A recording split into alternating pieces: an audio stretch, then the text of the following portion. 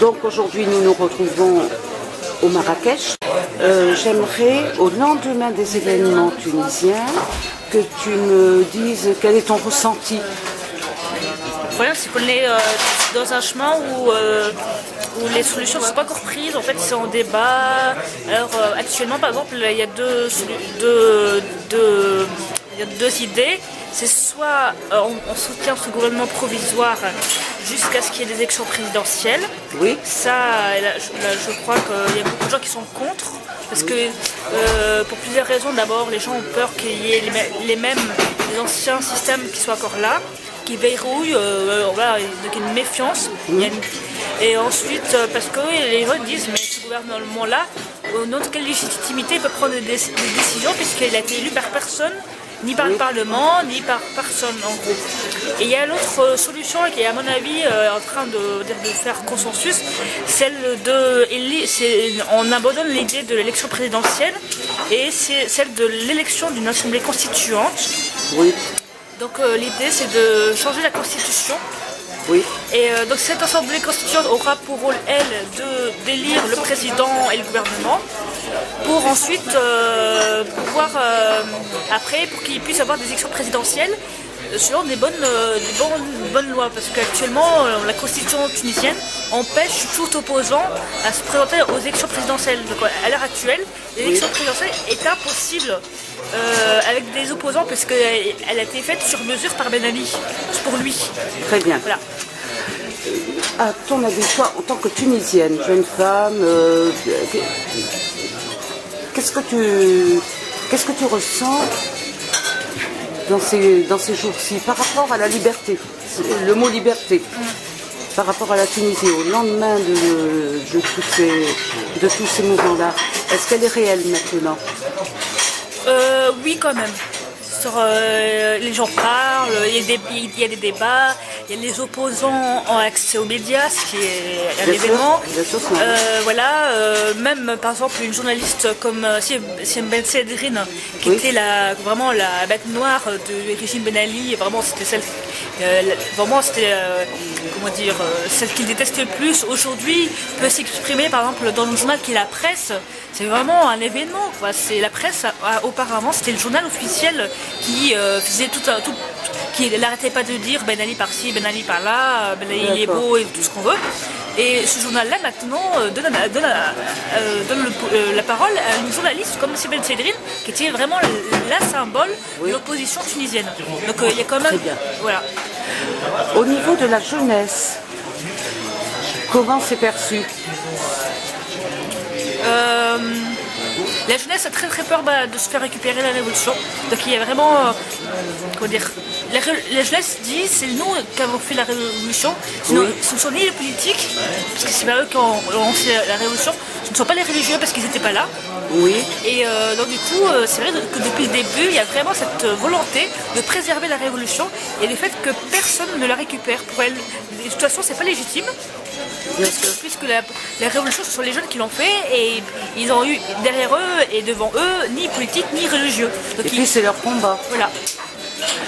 Dans la position de la femme actuellement en Tunisie et puis dans le monde arabe bien sûr, mais particulièrement en Tunisie, toujours au lendemain. En fait, on est dans un moment, on est vraiment en extrême vigilance par rapport aux droits des femmes, à ce qu'il n'y ait pas de recul sur les droits des femmes en Tunisie et que même on aille plus loin. Et c'est vraiment une préoccupation en Tunisie puisqu'il y a eu il y a 2 semaines une manifestation pour les droits des femmes en Tunisie. La semaine dernière, il y a eu une marche pour la laïcité en Tunisie. Il y a aussi un mouvement, une pétition qui circule sur internet qui s'appelle Revendication des femmes tunisiennes, qui demande à ce que dans la constitution tunisienne soit inscrit l'égalité entre les femmes et les hommes, ainsi que la séparation entre le religieux et le politique. Et que même la semaine dernière, quand le Premier ministre a reçu des membres de la société civile pour savoir quelles étaient leurs revendications. Parmi les revendications de la société civile, il y avait les droits des femmes. Donc c'est vraiment une préoccupation de la population tunisienne. Pour qu'il n'y ait pas un recul des acquis. Voilà. Au lendemain donc de ces événements en Tunisie, en Égypte, dernièrement en Libye. Est-ce que tu as remarqué quelque chose de changé dans le comportement militant dans le monde arabe, précisément toujours par rapport à la femme, en tant que la femme militante, si tu veux. En fait, les femmes militantes, bon, déjà au temps où il y avait les dictatures, la femme militante a toujours été très très présente. Oui. Dans les mouvements, ne serait-ce qu'en Tunisie, par exemple, il y a deux personnes. Tout à l'heure, j'ai parlé de Siem Bessedrine. Il y a aussi, on peut parler de Souhaïla Belhassen, qui aujourd'hui est même la présidente de la Fédération internationale des Ligues des droits de l'homme, qui auparavant était vice-présidente de la Ligue tunisienne des droits de l'homme. Donc voilà, il y a plein de figures féminines, dans le Maghreb, dans le Moyen-Orient, qui militent. En Égypte, il y a Nawal al-Saadawi, qui est vraiment une figure féministe de l'Égypte qui a connu les prisons de Sadat. Et Moubarak a eu aussi des soucis, comme quoi elle a réussi à avoir de réunir les Moubarak et les frères musulmans, parce que les deux la détestaient en fait.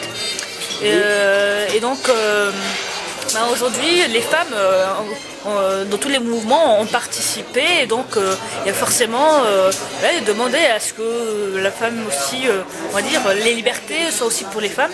Et ce qui est intéressant aussi, vraiment, je trouve, c'est que ce mouvement-là a l'air vraiment d'être d'une puissance vraiment, comment dire, comme si d'un côté la peur a changé de camp, puisque avant la peur c'était plutôt la population qui l'avait, et aujourd'hui ce sont ceux qui sont au pouvoir qui ont la peur. Donc c'est déjà la peur à changer de camp, et on sait très bien que je pense que rien ne sera plus comme avant, parce que les dirigeants maintenant ils voient qu'ils ne sont pas éternels, et que voilà, quand tu as une population dans la marre, voilà, ils ne sont pas à l'abri de surprises, et de voir que ce choc-là atteint même les pays comme l'Arabie Saoudite, où par exemple dernièrement il y a eu un appel signé par 132 intellectuels saoudiens qui réclament des réformes en Arabie Saoudite, et parmi ces réformes ils réclament le droit de vote aux femmes en Arabie Saoudite. Voilà, donc c'est quand même un événement, c'est une révolution quoi. Voilà, c'est de tous les comportements. Voilà, ça atteint vraiment tous les pays, y compris ceux qu'on pensait un peu les plus fermés quoi. Voilà. Je voudrais t'interroger par rapport à la liberté d'expression. Alors on revient en Tunisie, il y a eu des comptes piratés, des comptes bloqués, des comptes qui étaient infiltrés. Qu'est-ce qu'il en est aujourd'hui?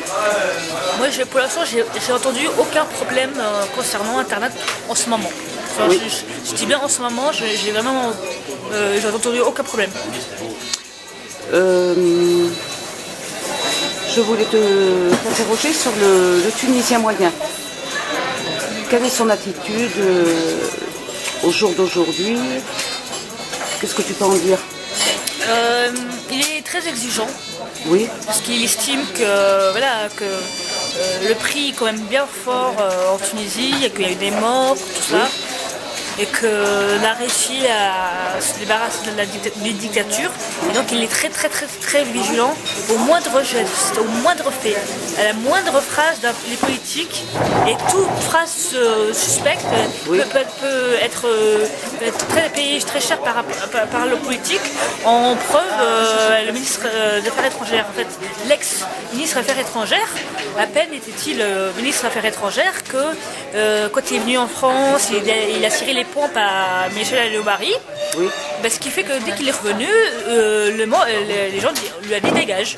Et donc il a dû démissionner pour avoir dit une phrase de complaisance pour Michel Alliot-Marie. Donc ça montre vraiment que les citoyens sont extrêmement vigilants à la moindre phrase, au moindre fait, au moindre geste des personnes, parce que voilà, ils veulent être sûrs que le système soit débénalisé.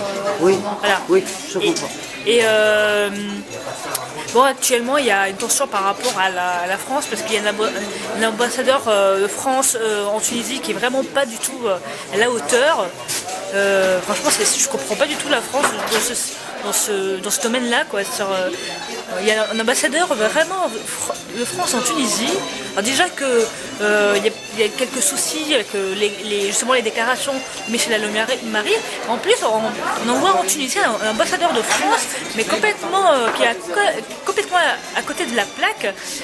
En fait, ce qui a beaucoup vraiment heurté les Tunisiens, c'est qu'à la première conférence de presse, il y a une journaliste tunisienne qui a posé la question à l'ambassadeur de France en lui demandant mais comment va faire la France maintenant en Tunisie vu le comportement de Michel Alliot-Marie, et lui a répondu mais moi je vais pas vous répondre à ces questions débiles. D'accord. Voilà. Et donc cette vidéo-là a tourné sur internet, et du coup ça a choqué les gens. Et surtout que la même question a été posée le matin par des journalistes français. Donc les Tunisiens disent attendez, alors un journaliste français a le droit de poser cette question-là, elle n'est pas débile, mais quand c'est une journaliste tunisienne qui la pose, c'est une question débile, donc forcément ils ne peuvent pas bien prendre la chose, et donc du coup ça crée des problèmes quoi. En plus cet ambassadeur est connu pour avoir été favorable à l'intervention américaine en Irak. Donc je me dis, mais vraiment la France n'a rien compris. Normalement, un ambassadeur, on envoie dans un pays pour arranger les choses entre deux pays. Il n'est pas là pour compliquer. Voilà, comme disent les gens, ça ne suffit pas de parler arabe pour être ambassadeur en Tunisie. Et non, parce que s'il suffisait de parler arabe pour être ambassadeur de France en Tunisie, il suffit d'aller chercher le vendeur de kebab du coin qui parle arabe et on le fait ambassadeur de France. Et voilà, s'il suffit de parler arabe. Non. Ça en arrive à ce genre de discours, de réaction.